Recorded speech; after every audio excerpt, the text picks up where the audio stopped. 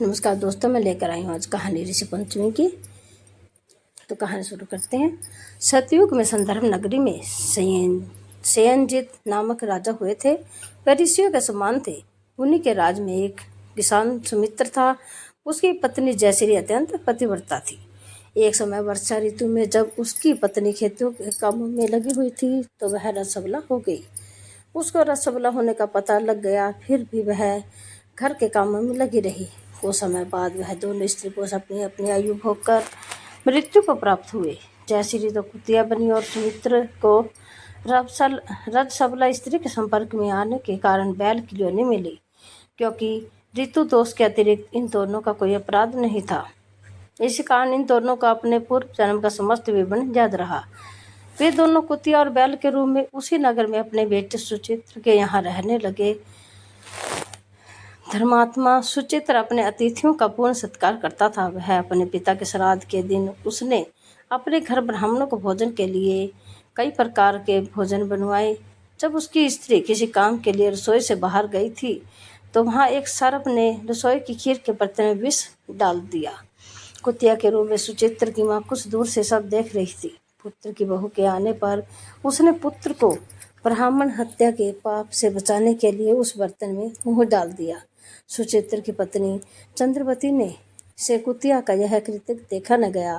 वो उसने चूल्हे में से जलती लकड़ी निकाल कर कुतिया को मारी। बेचारी कुतिया मार खाकर इधर उधर भागने लगी। चौके में जो छूत अनादि बची थी वह सब सुचित्र की बहू उस कुतिया को डाल देती थी, लेकिन क्रोध के कारण उसने वह भी बाहर फेंकवा दी। सब खाने का सामान फेंकवा कर बर्तन साफ करके दोबारा खाना बनाकर ब्राह्मणों को खिलाया। रात्रि के समय भूख से व्याकुल होकर वह कुतिया बैल के रूप में रह रहे अपने पूर्व पति के पास आकर बोली, हे स्वामी, आज तो मैं भूख से मरी जा रही हूँ। वैसे तो मेरे पुत्र मुझे रोज खाना तो देते थे, लेकिन आज मुझे कुछ नहीं मिला। सांप के विष वाले खीर के बर्तन को अनेक ब्राह्मण हत्या के भय से छूकर उनके न खाने योग्य कर दिया था। इसी कारण उसकी बहू ने मुझे मारा और खाने को कुछ भी नहीं दिया। तब वह बैल बोला, हे भद्रे, तेरे पापों के कारण तो मैं भी इस योनि में आ पड़ा हूँ, और आज बोझा ढोते ढोते मेरी कमर टूट गई है। आज मैं भी खेत में दिन भर हल में जुता रहा। मेरे पुत्र ने आज मुझे भी भोजन नहीं दिया और मुझे मारा भी बहुत। मुझे इस प्रकार कष्ट देकर उसने इस श्राद्ध को निष्फल कर दिया। अपने माता पिता की इन बातों को सुचित्र सुन रहा था। उसने उसी समय दोनों को भरपेट भोजन कराया और फिर उनके दुख से दुखी होकर वन की ओर चला गया। वन में जाकर ऋषियों से पूछा कि मेरे माता पिता किन कर्मों के कारण इस नीची योनि को प्राप्त हुए हैं और अब किस प्रकार से उनको छुटकारा मिल सकता है। तब सर्वोत्तमा ऋषि बोले, तुम इनकी मुक्ति के लिए पत्नी सहित ऋषि पंचमी का व्रत धारण करो तथा उसका फल अपने माता पिता को दो। भाद्रपद महीने की शुक्ल पंचमी को मुख शुद्ध करके मध्याह्न में नदी के पवित्र जल में स्नान करना और नए रेशमी कपड़े पहनकर अरुंधति सहित सप्त ऋषियों का पूजन करना। इतना सुनकर सुचित्र अपने घर लौट आया और अपनी पत्नी सहित विधि विधान से पूजा व्रत किया। उसके पुण्य से माता पिता दोनों पशु योनियों से छूट गए। इसलिए जो महिला श्रद्धापूर्वक ऋषि पंचमी का व्रत करती है वह समस्त सांसारिक सुखों को भोग कर वैकुंठ हो जाती है। दूसरी कहानी। विदर्भ देश में उतांक नामक एक सदाचारी ब्राह्मण रहता था। उसकी पत्नी बड़ी पतिव्रता थी। इसका नाम सुशीला था।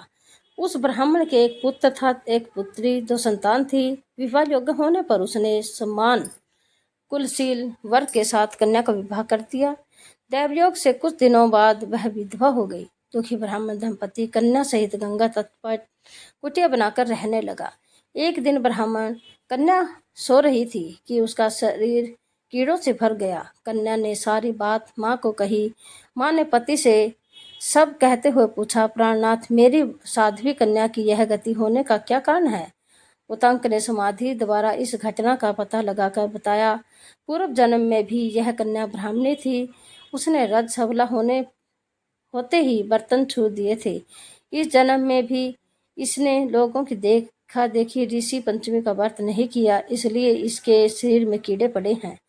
धर्मशास्त्रों की मान्यता है कि रसबला स्त्री पहले दिन चांडालनी, दूसरे दिन ब्रह्मघातनी तथा तीसरे दिन धोबिन के समान पवित्र अपवित्र होती है। वह चौथे दिन स्नान करके शुद्ध होती है। यदि वह शुद्ध मन से अब भी ऋषि पंचमी का व्रत करे तो उसके सारे दुख दूर हो जाएंगे और अगले जन्म में अचल सौभाग्य प्राप्त करेगी।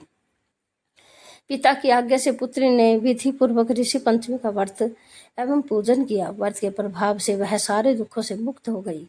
अगले जन्म में उसे अचल सौभाग्य सहित अक्षय सुखों का भोग मिला। तीसरी कहानी ऋषि पंचमी की।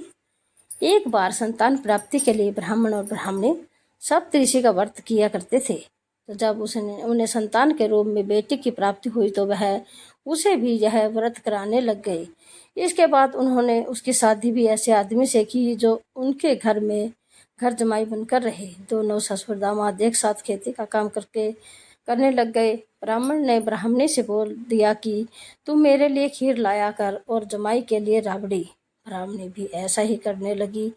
जब एक दिन ब्राह्मण को काम की वजह से बाहर जाना पड़ा तो ब्राह्मणी खाना लेकर आई और जमाई से बोली कि एक हांडी में खाना वो आपके ससुर का और दूसरी में आपका है। यह सुन जमाई ने सोचा कि ऐसा ससुर के लिए क्या लाई है जो ये बात बोल के गई कि यह आपका और यह आपके ससुर का है।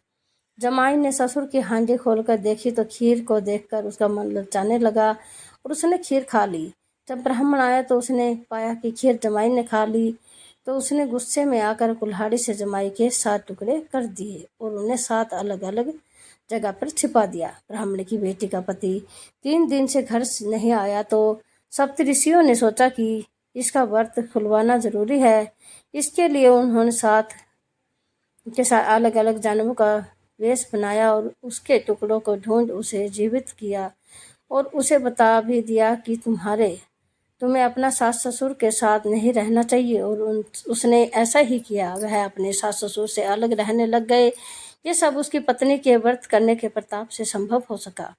ऋषि पंचमी के दिन यदि आप निम्नलिखित मंत्र का उच्चारण कर पाए तो शुभ फलदायी होगा, अन्यथा इस मंत्र को आप सफ़ेद कागज पर पीले रंग से लिखकर घर के मुख्य द्वार पर अंदर की तरफ लगा सकते हैं। यह मंत्र घर में रह रहे लोगों को मन व बुद्धि में आध्यात्मिकता से बनाने में सफलता देगी। अगर आपसे जाने अनजाने किसी ऋषि मुनि या किसी ब्राह्मण के लिए शब्द निकले हो तो उससे लगे कार्मिक दोष को मिटाने के लिए भी यह मंत्र सहायक है। कस्योपह त्रिर्भरद्वाजः विश्वामित्रायथे गौतमः जमदग्निर् वसिष्ठः सप्तः ऋषिः समृतः दहन्तु पापे में सर्व ग्रहणतेर्वर्धे नमो नमः। ऋषि पंचमी व्रत विधि। नंबर 1, प्रातः उठकर अगर संभव हो तो नदी पर जाकर स्नान करें, अन्यथा घर में ही नहाने के पानी में गंगा जल मिलाकर स्नान कर स्वच्छ वस्त्र पहने। नंबर 2, उसके पश्चात घर में ही पूजा स्थान पर पृथ्वी को शुद्ध करके हल्दी से चौकोर मंडल बनाए, फिर उस पर सप्तऋषियों की स्थापना करें। सप्तऋषि ऋषि विश्वामित्र, इन्होंने गायत्री मंत्र लिखा था और इन्हें भगवान राम और लक्ष्मण के गुरु के तौर पर जाना जाता है। ऋषि वशिष्ठ राजा दशरथ के चारों पुत्रों राम, लक्ष्मण, भरत और शत्रुघ्न के गुरु थे। इनका जन्म ब्राह्मण जी की इच्छा शक्ति से हुआ था। ऋषि द्रोणाचार्य, कौरवों और पांडवों के गुरु द्रोणाचार्य भी इनमें से एक हैं। ऋषि अगस्त्य की भी सप्त ऋषियों में महत्वपूर्ण भूमिका है। ऋषि भृगु, सुबह उठकर ऋषि भृगु का नाम भी जरूर लेना चाहिए। ऋषि कश्यप गोत्र के रचयिता ऋषि कश्यप भी इन्हीं में से एक हैं। ऋषि अत्रि, श्री राम और देवी सीता वनवास के दौरान अत्रि के आश्रम में ही रुके थे। इनकी पत्नी अनसुईया थी। इसके बाद फूल, धूप, दीप, फल, मिठाई, जल आदि से सप्तऋषियों का पूजन करना चाहिए। इस तत्पश्चात गायत्री मंत्र का उच्चारण भी करना जरूरी है। अब व्रत कथा सुनकर आरती कर प्रसाद वितरित करें। नंबर 6, इस दिन निर्जल या फलाहार व्रत करें। इस प्रकार 7 वर्ष तक व्रत करके 8वें वर्ष में मिट्टी से सप्तऋषियों की 7 मूर्तियां बनाई, जिसके बीच में किसी भी पौधे के बीज डालें। उसके बाद कलश स्थापना करके यथाविधि पूजन करें। इस दिन गोदान करना भी शुभ माना जाता है। यदि आप गोदान न कर पाएं तो गौ सेवा अवश्य करें। 10, 7 ऋषियों को पूजन कराएं। नंबर 11, भोजन कराने के पश्चात बनाई गई मूर्तियों का एक गमले में रख विसर्जन करें, जिससे उन मूर्तियों की शुभता